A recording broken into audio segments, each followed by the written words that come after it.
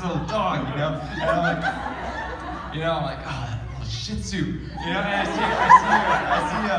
I see the dog come in, and I see Lola turn over, and her eyes get really big, and I was like, oh, that's it. I give up. Forget it. I'm not doing this anymore, And I'm like, she's so quick to adopt a dog. I know she's gonna take it in. She won't take me in. I'm here with my heart open. Come on.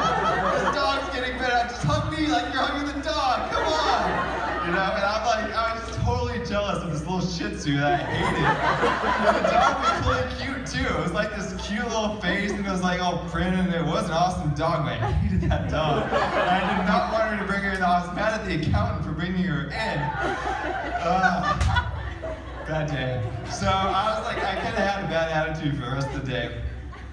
And during this time when I was pursuing, I would often go on bike rides to relieve stress or tension, because I would be stepping out a lot and risking. I would talk to God while I was on my bike ride. So I'm biking hard and fast, I'm like, oh, Shih Tzu, And I'm just biking, and God's like, hey, what's up, Brendan? And I'm like, gosh, did you see that dog?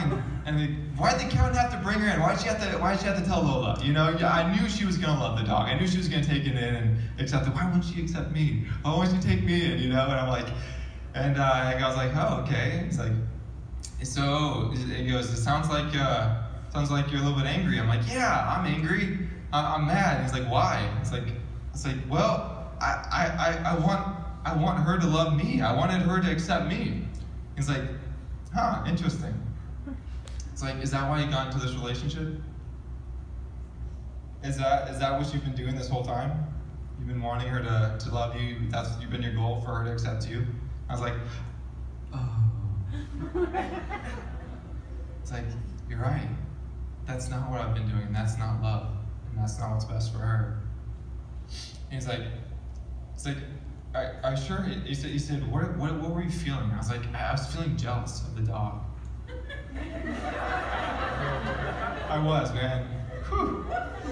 It's like, but then he questioned that. He's like, is that what you were really feeling? I said, no, actually, I was really feeling insecure.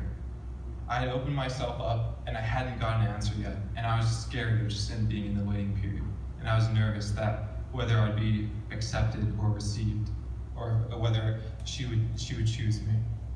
And he just asked me again, was that your goal for her to choose you? I was like, no, you're right, God, you're right. I want her to pick what's right. I want her to be able to choose from her heart, and that's what's gonna be best for me as well. I don't want her to just pick me for my sake, for my emotions, my feelings. That could end up in a very codependent relationship. Don't need that. God, you're right. I didn't do this for just for her to pick me. I did it because I wanted what's best for her. And it was really cool, because even that, every once in a while I'd have these days where I just, get scared or something would come up. But every time I would give God that place to where he would correct me, and he would show me back, and he would take me back to that place, showing me that with him I can trust my heart and I can love it in a way that's going to benefit someone no matter what, even if she doesn't choose me. So, to give you guys the ending to the story, do you guys care, or should I just stop there? Do you guys need to know the ending? Okay, I just like hearing that, it's okay. So that was most of the ladies too. You guys are like, just end it. So it's about a month goes by, and she hasn't made a decision, and she's still dating this other guy. And there were some times where I was like, I'm gonna fight for her, and I kept trying to express and whatever, but after a month I realized, all right, she hasn't made a decision, and she's dating this guy. It's not good for me to not let her be able to give fully to what she's already investing in. So I kind of had to sit her down, and I was like, we need to talk, and she was like, I don't have time, and she was like avoiding me. And I was like, we can take a break, 5 minutes, that's all I need. And I finally got her down to sit with me and whatnot. And I was like, look, you're dating this other guy, and I feel like you have made a decision, and I don't want to be something that holds you back from being able to give fully in the relationship you're in. I want to release you and let you go and be where you're at, be able to fully invest. And so she was able, after I was able to say that, I think she was scared to say it to me or whatever. She's like, yeah, I feel like I felt like I'm mostly over you. It's just been hard for me to bring it out, whatever. So she ended up with this other guy, and they're actually married now, and they have a kid together and stuff. So it's really cool. But the reason why I tell that whole story is because shame is trying to keep us from being ourselves. Shame is saying you cannot be your natural self because it's not good. And all of us have shame it comes to us in different ways. For me, there were many different things, but a big stronghold were masturbation and pornography. It can come in many different ways. Yet, for me, that's what's saying you cannot share yourself. You cannot be real. You cannot show this to the world because you will not be accepted. And God's like, that is a load of BS.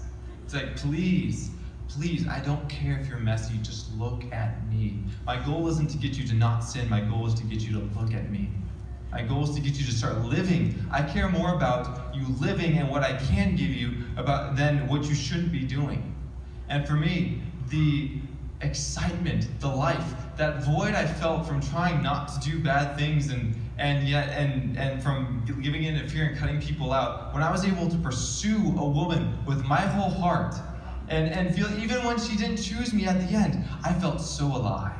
And to be able to love someone where it wasn't out of need, where I needed her, I needed affirmation. My love is that weak to where I give it to you and hopefully you say something back nice that makes me feel good. No, it wasn't even about that. It was about expressing what I felt. It was about being able to trust what God has put inside of me.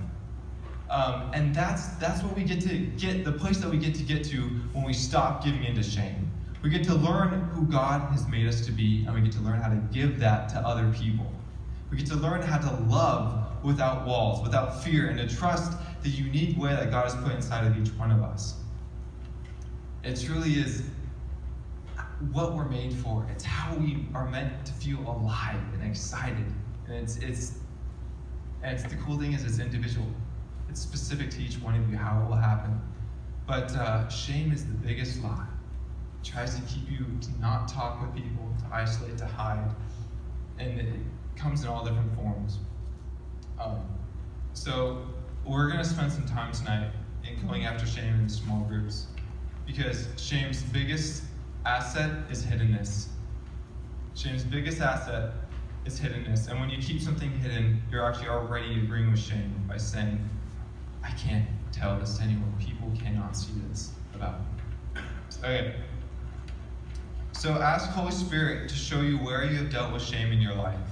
Let Him reveal what you need to bring up. And even if it's scary, I challenge you, bring it up, because your freedom lies on the other side.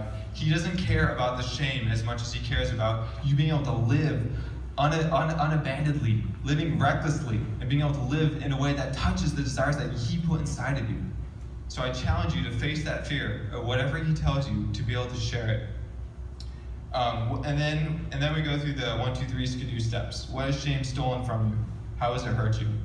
And then share with the group what Holy Spirit showed you in questions, and then do the 1, 2, 3 skidoo.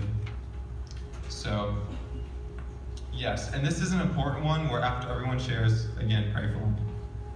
This is a time where we get to cover each other, and we get to unite with each other.